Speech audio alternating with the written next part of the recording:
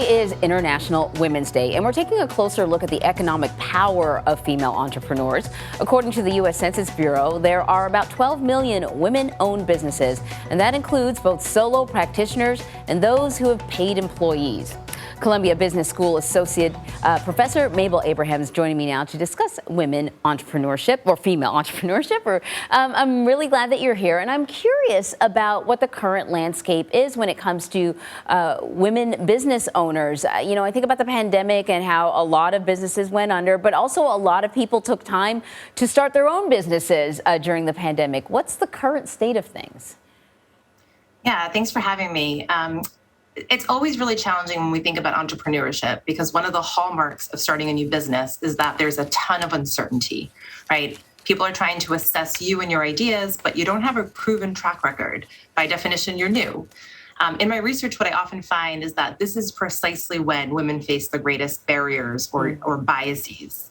When they can't demonstrate that they're going to be a rock star because they haven't done it yet, right? They're just new and entering into this domain.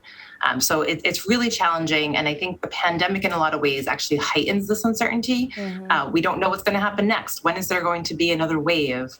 And all of this just adds to the building tension or underlying uncertainty that is sort of hallmark in entrepreneurship. And then what are some of the barriers or challenges women face? I've heard women talk about just the challenge of getting investment money, but what are some of them?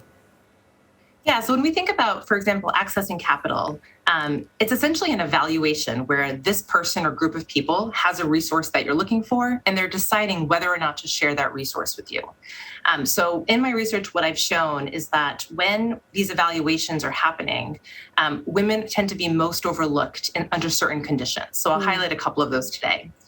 So, for example, when they're being compared to a large group of other people, when there's a lot of competition, it's more likely that decision maker, that evaluator is thinking, do I think this woman is going to be successful, or do I think this man is going to be successful? And it's in those cases that women tend to be the most disadvantaged.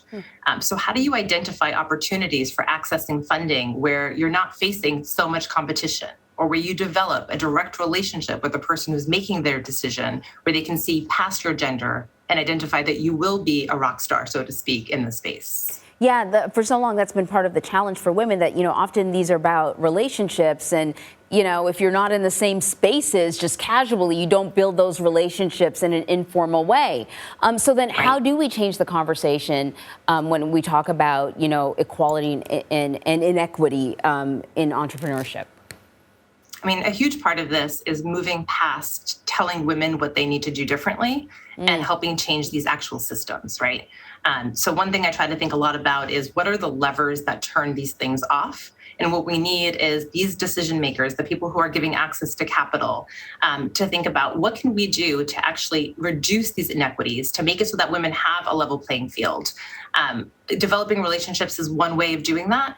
But beyond that, just how do we make these specific processes and systems in a way that similarly advantages men and women, that helps take off gender as the first lens that we sort of evaluate people through? Some sort of blind assessment. And I know in different areas that has been tried before.